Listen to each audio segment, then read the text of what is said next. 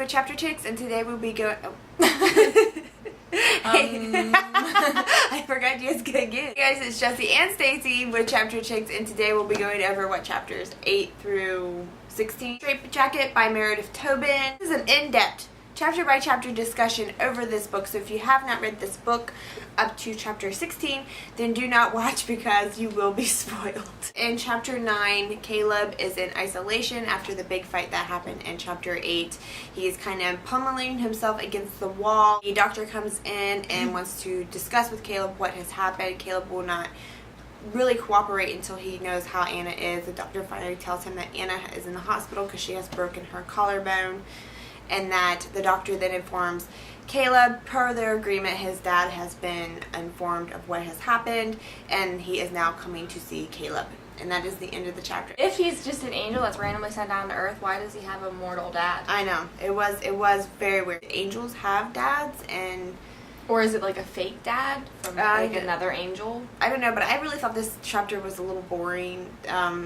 The only really big piece of information we get is Caleb has a dad and he's coming to visit. Besides that, it was just spent with Caleb obsessing over Anna. Chapter 10 basically begins with Anna lying in bed, waking up, realizing that her collarbone is broken. Yep. And her parents are there when she wakes up. Her parents start sort of attacking her for what happened, kind of placing the blame on Anna and saying that, talking bad about Caleb, and Anna gets on the offense a little bit and doesn't really want them talking bad about Caleb and kind of trying to stand up for herself a little bit, but then they start really going into her, and her dad gets up in her face and starts to yell at her, so she kind of backs into a corner, cowers, succumbs to the fear, and until the doctor walks in, he's just yelling at her, and she scoots into the middle of the bed, trying to make it look like nothing happened, which was kind of like a natural reflex for her. At this point, the mom starts apologizing for Anna's behavior to the doctor. The doctor kind of stands up for her, saying that it's definitely not Anna's fault,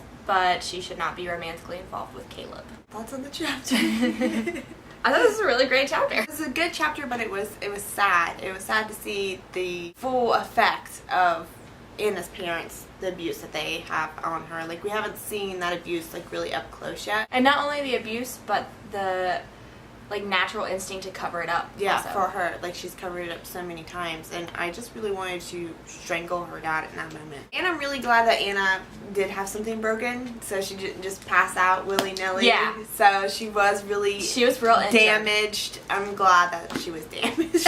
In chapter 11, I really start to like Caleb because we're in Caleb's head again.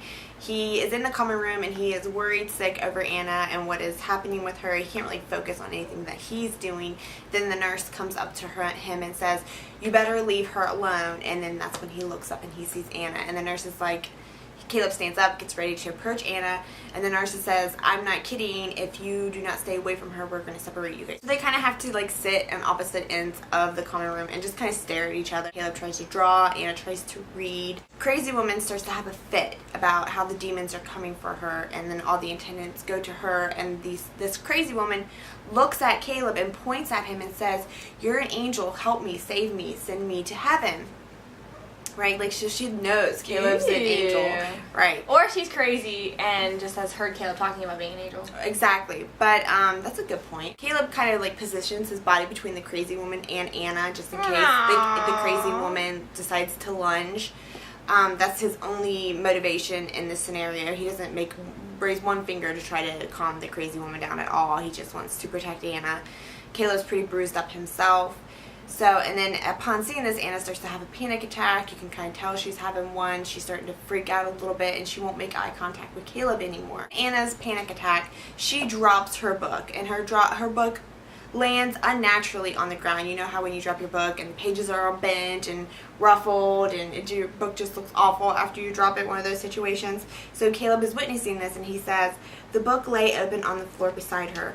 Some of the pages had folded unnaturally when she dropped it. He wanted more than anything to go over and pick up that book for her, smooth out the wrinkles of the pages, and pull her hand gently away from her face and place that book carefully in her lap again." Aww. Like, he knows how much her books mean to her, so he knows. Books mean that much to me. I know, and he knows that her dropping her book and it getting all wrinkled and tore up a little bit can be an upsetting process for her. So all he wants to do is go over there and fix her book and give it back to her. That's so cute. I know, it's like, and he reader would like automatically fall in love with that scenario. So I was just like, Caleb! I love you, Caleb. You're not obsessive at all. Obsessive with me, please. Wants to fix it for her. Wants to fix her boo-boo pages. After the dad scenario had bashed the angel scenario, do you think her calling him an angel has relit it a little bit? Also in chapter 11, I forgot to mention this, that when Caleb is walking around waiting for Anna to come back, Chrissy is making some very I want you passes at Caleb, and Caleb doesn't even like acknowledge her at all. Like she straight invites him back to her room to have some fun, and he just straight tells her. He doesn't even look at her, he just walks by her. Chapter 12, we are back in Anna's head, and she did end up actually having a panic attack. So she tries to go to her room with the note so she can read it, and in the note Caleb tells her that he loves her and asks her to run away with him. He says, check out and come with me. So she goes up to her room to think about it, and Chrissy is there. And when Chrissy is there, she's asking her all kinds of questions about Caleb, kind of hinting that she knows more than she says she does, and making Anna feel really uncomfortable about the situation, and ends up actually getting a rise out of Anna, which Anna hates. She decides that she is going to leave with Caleb. She is going to run away with him, and she hurries out the door, leaving the note on the desk. Dun dun dun. Uh-oh. But Anna is having a bunch of panic scenarios running through her head of what's going to happen when her parents find her, if they do find her. I'm liking where the book's going so far. I'm liking the book. So chapter 13 was a little bit of a dull chapter. Caleb has his first one-on-one session with Dr. Blackwell in the book, and he seems to be a lot meaner to Caleb than he was to Anna. As they're having the session, Caleb is not really paying attention to Dr. Blackwell. He is just sitting there looking at this storm that is going on outside the window. But the strange thing about the storm is that there is no thunder, there is only lightning, and Caleb is looking at the storm trying to remember details of heaven because for some reason he has forgotten. So far in the book, I really like being in Anna's head about a lot more than I do like being in Caleb's head, but I'm starting to like Caleb a little bit more. Before he was just kind of like on the fence to me. Normally I really like books that switch perspectives, but I think that this would be better if it was more dominantly Anna and just every once in a while Caleb. Writing feels like it's a completely different writer between the two characters, which is actually a good thing, so you can kind of feel like you're in a different character head. But I much prefer the Anna chapters to the Caleb chapters. This is the first time that's ever actually happened to me because normally they don't switch writing styles as much. Yeah. Which is credited to how good of a writer she is. Yeah. That she can do that. But I don't like it. In chapter 14, Anna has a talk with the doctor. He seems very angry with her, even threatening her to take her meds away, which we all know that Anna's meds has been like a lifesaver to her. So she really depends on those meds, and he's like threatening to take them away from her if she does leave. Not to mention that's unethical. Yeah. I don't think you're allowed to do that. You can do that because technically he'll no longer be her doctor. He can no longer prescribe the panic medicine to her. But I think in that situation that he could give her like a couple refills that she could just pick up somewhere. Like if he wanted to be really, really nice. But at this point he's like, as your doctor, I can't condone what you're doing. Therefore, I'm going to stop your medicine treatment if you leave the building. Which it was, but he did come out a lot more threatening than that. The chapter where Anna and Caleb shared their first kiss. It was an okay kiss. I liked it, but it didn't really blow my socks off like I thought it would. I'm really glad that we weren't in Caleb's head when the first initial kiss happened, because for her this is more of a new thing than it is for him. I mean, we really don't have much of his past relationship history, but I do think that Anna kissed a boy one other time, if I remember correctly, but her mom caught her or something and she got in really bad trouble, and she didn't even want to kiss the guy. Didn't he like force it on her? I don't remember. Yeah, it was something. I think it was something along seemed those insignificant lines. at the time. Kind of shows you a little bit about Anna's personality too, because you know that she's 18 at this point. Yeah, and for her to have only kissed another boy, it's a big deal, especially nowadays. Yeah, woo! 16 pregnant. In this chapter, Caleb hints to some undertone thing. Like, he's kind of like, you really don't know me, you really don't understand really what's going on, and you can tell, like, he's got, like, a big secret that he's kind of hiding from Anna. He's not, like, telling her he's never going to tell her it or anything like that. He's just letting her know, hey, there's some things about me that you don't know. Reading over this, you kind of think it has to do with the angel stuff, but it feels like it's deeper than the whole angel scenario. They get ready to leave. They're packing and they're getting ready to go. I feel like the tension is really building up with this because I'm really thinking that a meteor is going to hit this hospital right before they leave the hospital. Like something's going to happen as they're walking out this door. In this chapter, Caleb has an encounter with Samuel and dun dun dun. Samuel tells Caleb that he has failed and that he must return to heaven. What? And that somebody else will finish the mission for him. Whoa. Boom. It seems like Caleb's on a pretty good track. So the fact that he's failed seems kind of significant. Yeah, but he wasn't supposed to fall for her. That's True. a big no-no. She's becoming way too attached to him versus wanting to expand her goals. Samuel tells Caleb that he has to come back. His mission is over. And Caleb refuses. He wants to stay with Anna because they are in love. And Samuel's like, okay, well, big mistake because I'm cutting you off from heaven then, boy. And he uses the exact word. At this point, Caleb is very distraught. It's a very painful process for an angel to be cut away from heaven. And he uses the title, It feels like a straitjacket. What? I hate when they use the title. I love when Stacey they use likes the title. I love it. The only thing in Catcher in the Rye I like is when they use the Catcher in the Rye title. Can you imagine if they use the title in weird books he's like, oh no, it's Harry Potter and the Sorcerer's Stone. That would be awesome. We need to hurry up because it's getting really hard to see us. Actually end up making it out of the hospital. Yay, Caleb and Anna. I didn't think that was coming. I didn't see that coming. We're gonna have to turn a light on. Okay, go turn the light on. It's dark. Will there be light? It doesn't help that I'm wearing a black shirt either. Your hair's black now. And my hair's black. No one can see me. The more you click it, the higher up the lightness will go. Oh. We're not very smart chapter chicks. The weekend. See, that's not good. Chapter, I'm really wondering how it's going to affect Caleb being cut off from heaven. I don't know if some kind of crazy angel version that's even crazier now is going to pop out of Caleb. And the doctor's kind of warning Anna as she's leaving, hey, there's things about Caleb that you don't know. It's going to get very tough very fast, and you being in such a sensitive state yourself are not going to be able to handle what's going to come.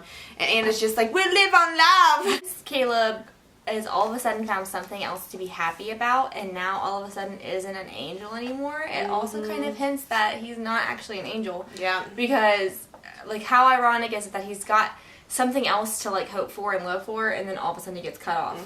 I still don't think he's an angel. I don't think he's an angel either. So, let us continue on to chapter 16. I cannot wait to see what happens. Chapter 16, they are in the taxi, and Caleb tells the cab driver to go stop at the bank.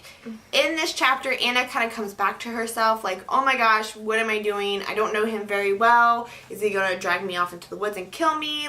Maybe I should have thought this through a little bit more, which I like that she's actually realizing that she's in puppy love, and she's kind of head over heels for this boy and kind of having her head still. I really like that about her. Gotten all their effects back. Caleb's cell phone goes off. He kind of makes a secret cell phone call when he gets out of the car. Cell phone call. It's a secret.